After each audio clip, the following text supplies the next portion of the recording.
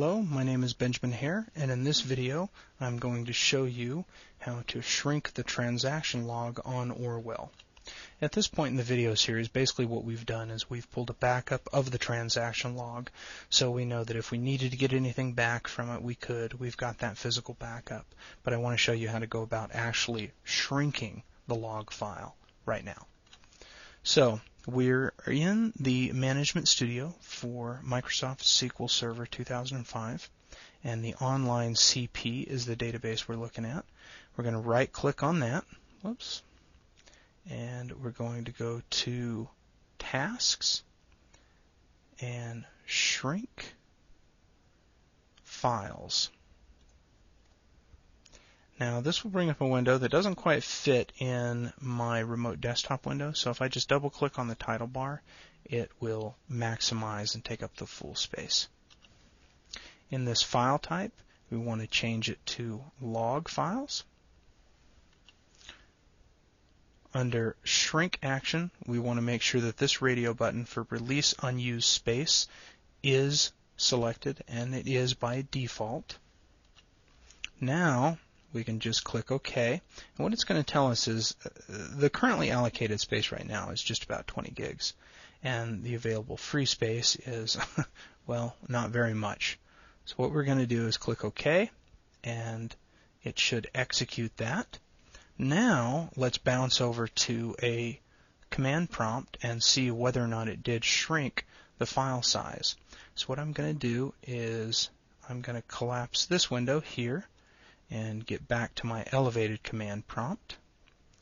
So from my elevated command prompt, I'm going to take a look at that transaction log file, and I just want to see how big it is. Or theoretically, it should have gotten smaller. I'm going to do a dir on Orwell, and I'm going to look at the administrative share for the C drive.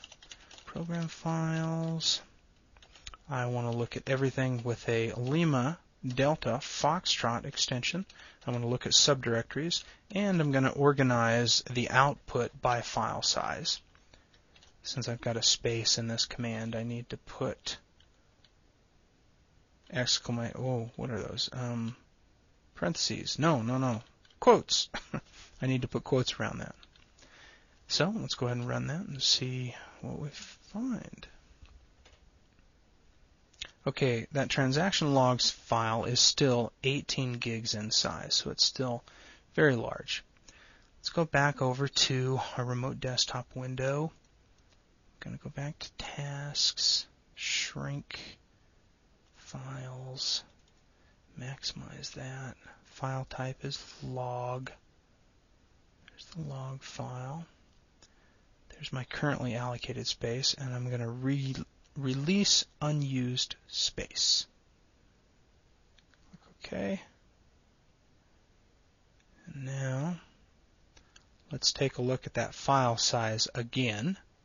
So I'm just going to go back to my elevated command prompt, and I'm going to rerun the same command we just did, and we'll take a look at that file size. Still 18 gigs in size, so something's wrong. Okay, now that when I previously saw that the transaction log file had not been shrunk like it should, what I did was I went back and repeated the backup.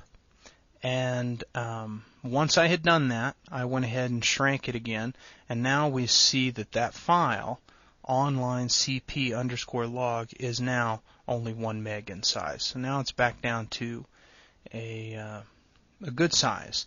And we've got plenty of free space on drive C, so problem is solved.